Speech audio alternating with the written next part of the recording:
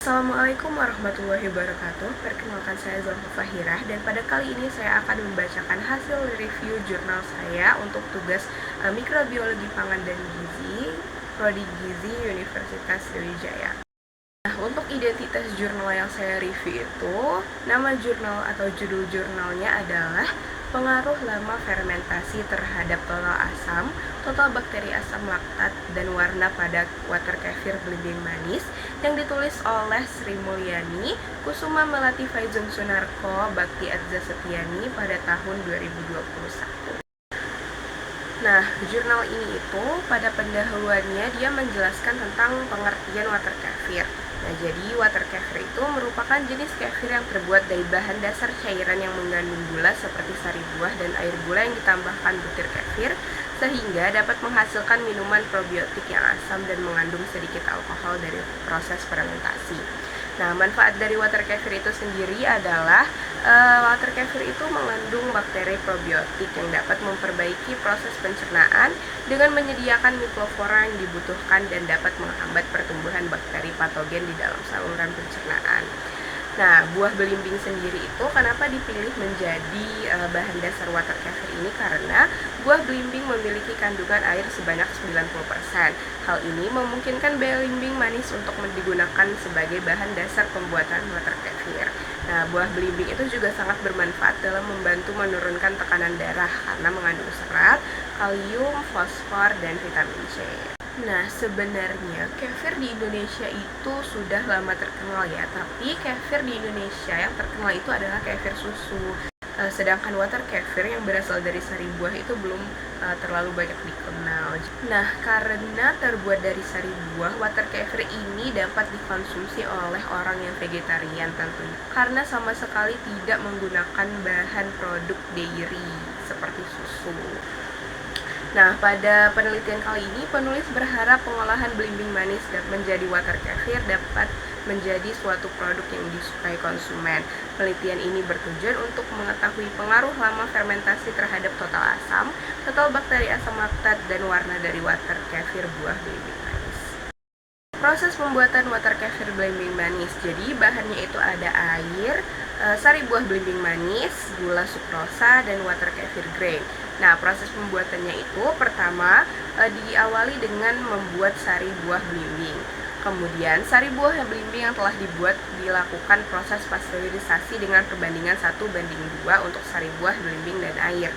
Jadi airnya 2, sari belimbing buahnya 1. Nah, pasteurisasi ini dilakukan dalam suhu 71 derajat selama 15 detik. Nah, setelah selesai dipasteurisasi, ditambahkan gula sebanyak 8% dan dilakukan penurunan suhu hingga mencapai suhu ruang.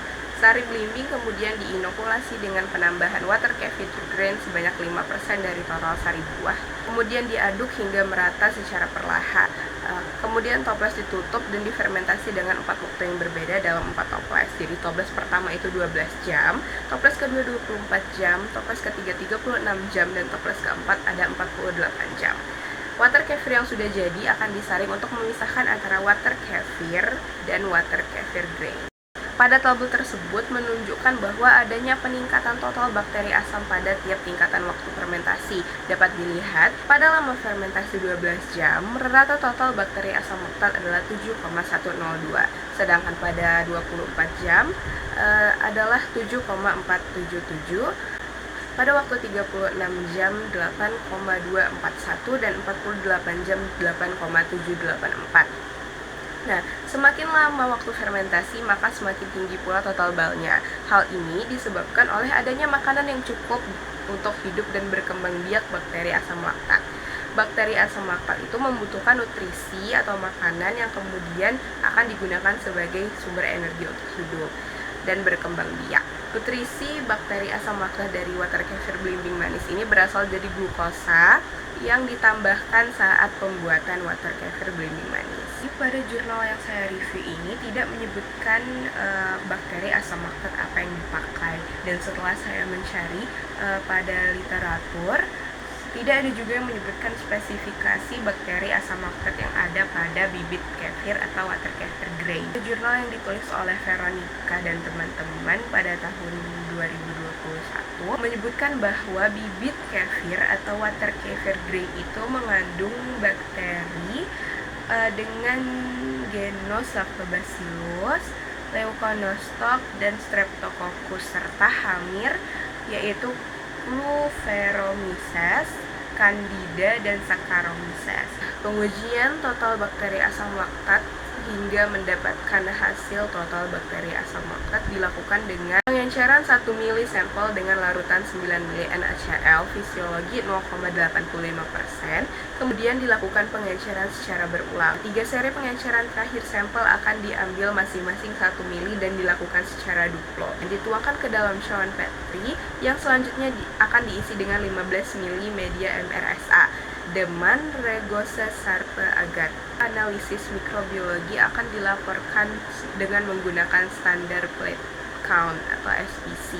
Nah, jadi jumlah koloni yang dihitung pada cawan Petri akan memiliki koloni sebanyak 30-300 koloni. Angka total bakteri asam laktat dalam 1 mili adalah dengan mengalihkan jumlah koloni pada cawan Petri dibagi dengan faktor pengenceran. Jadi pada tabel ini menunjukkan rata nilai total asam berdasarkan 4 waktu lama fermentasi.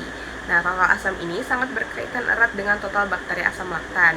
Jadi, semakin lama waktu fermentasi, maka semakin banyak pula total bakteri asam laktat yang tumbuh, sehingga bakteri asam laktat yang semakin banyak dapat menghasilkan asam laktat yang semakin banyak pula dari proses metabolismenya. Nah, dapat dilihat pada lama fermentasi 12 jam, rata nilai total asam adalah 0,148%. Pada lama fermentasi 24 jam, rata nilai total asamnya adalah 0,239%. Pada waktu 36 jam, rata nilai total asamnya adalah 0,527%. Dan pada waktu terlama yaitu 48 jam, rata nilai total asamnya 1,116%. Nah, asam laktat yang terdapat pada water kefir belimbing manis berasal dari perombakan sukrosa dan fruktosa yang berasal dari gula yang ditambahkan saat proses pembuatan kefir belimbing manis. Tersebut akan dirombak menjadi asam laktat oleh bakteri asam laktat melalui proses glikolisis. Untuk mendapatkan nilai total asam, dilakukan pengujian total asam. Nah, pada jurnal tersebut, mereka melakukan pengujian total asam dengan metode titrasi yang mengacu pada penelitian Rohman et al. Tahun 2019. Langkah awal pengujian total asam yaitu menggunakan pengambilan sampel water kefir sebanyak 10 mili. Kemudian dimasukkan ke dalam Erlenmeyer dan kemudian ditambahkan indikator PP 1% sebanyak 2-3 tetes. Nah, kemudian sampel dititrasi dengan larut NaOH 0,1N hingga warna sampel berubah menjadi merah muda. Itu aku udah banyak ngomong mengenai perombakan glukosa menjadi asam laktat oleh bakteri asam laktat kan. Nah, di sini jurnal ini juga membahas tentang proses pemecahan glukosanya. Jadi, sukrosa yang berasal dari gula yang ditambahkan akan dirombak oleh hamir menggunakan enzim invertase sehingga menghasilkan glukosa dan fruktosa. Kemudian, glukosa dan fruktosa yang telah dirombak akan dimanfaatkan oleh bakteri asam laktat dan hamir melalui proses glikolisis untuk menghasilkan asam pirufat. Nah, asam pirufat yang diperoleh dari proses glikolisis akan diubah menjadi asam laktat oleh bakteri asam laktat dan akan diubah menjadi alkohol dan karbon dioksida oleh hamir. Nah, ada juga warna. Jadi, nilai kecerahan pada sampel water kefir belimbing manis mengalami peningkatan menjadi semakin cerah seiring dengan bertambahnya waktu fermentasi. Nah, hal ini disebabkan karena semakin lama waktu fermentasi water kefir belimbing manis, maka akan semakin asam yang dapat menyebabkan kerusakan pada enzim dan senyawa polifenol seperti tanin. Peningkatan kecerahan juga dapat dipengaruhi oleh berkurangnya total padatan terlarut yang dapat membuat water kefir belimbing manis menjadi semakin keruh. Total padatan terlarut ini maksudnya adalah glukosa, kan gula dari sukrosa itu. Nah, gula ini tadi kan sudah banyak dipecah oleh bakteri asam laktat menjadi total asam kan. Nah, makanya jurnal ini menyebutkan kalau padatan terlarutnya itu udah berkurang. Nah, di sini juga ada tabel mengenai warna tadi ya. Jadi di tabel ini itu menunjukkan tiga nilai ya. Yang pertama ada nilai L atau lightness, menunjukkan kecerahan sampel. Yang kedua ada nilai A, merupakan pengukuran warna kromatik campuran merah hijau, di mana A plus adalah merah dan A min adalah hijau. Jadi kalau ada tanda plus itu berarti warnanya merah, dan kalau ada tanda minus dia berarti saat pengujian warna kromatik campuran merah hijau itu dia hijau. Nah, B merupakan pengukuran warna kromatik campuran kuning biru. Nah, jika kodenya B+, berarti warnanya kuning, dan jika B- berarti warnanya biru. Nah, pada tabel ini dapat dilihat ya, rata nilai kemerahan tertinggi terdapat pada perlakuan 48 jam, yaitu minus 0,440. Sedangkan rata nilai kemerahan terendah didapat pada perlakuan 12 jam, yaitu minus 2356. Nah, kemudian pada nilai kromatik campuran merah hijau, semuanya itu menunjukkan kode A-, yang berarti warnanya itu adalah cenderung lebih ke hijau daripada merah. Nah, yang paling tinggi itu dia adalah pada lama fermentasi 12 jam, yaitu nilainya minus 0,440, dan yang paling rendah itu adalah pada 48 jam, yaitu minus 2,35.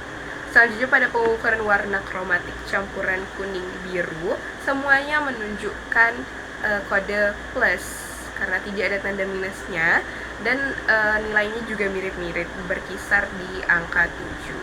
Nah, yang paling tinggi itu ada pada waktu 12 jam, yaitu 7,778, dan yang paling rendah itu adalah pada lama fermentasi 48 jam, yaitu 7,596. Apa nilai B-nya itu cenderung plus, berarti dia ke kuning daripada biru, karena belimbing sendiri itu memiliki pigmen karoten, yaitu pigmen yang membuat belimbing berwarna oranye. Jadi tidak mungkin dia warnanya ke biru. Kalau ke kuning dia masih mungkin. Kesimpulan yang dapat disimpulkan pada review jurnal kali ini adalah pada proses fermentasi water kefir belimbing manis, semakin lama fermentasi dapat menurunkan warna merah pada water kefir belimbing manis karena kerusakan pigmen karoten akibat pH yang semakin rendah akibat produksi asam laktat oleh bakteri asam laktat yang semakin banyak. Hal ini sesuai juga dengan pendapat Mulyasari et al. Pada tahun 2019 yang menyebutkan bahwa karotenoid akan mengalami penurunan sebanyak 84% dalam lingkungan yang memiliki pH asam dan mengalami penurunan sebanyak 15% dalam lingkungan yang memiliki pH basa.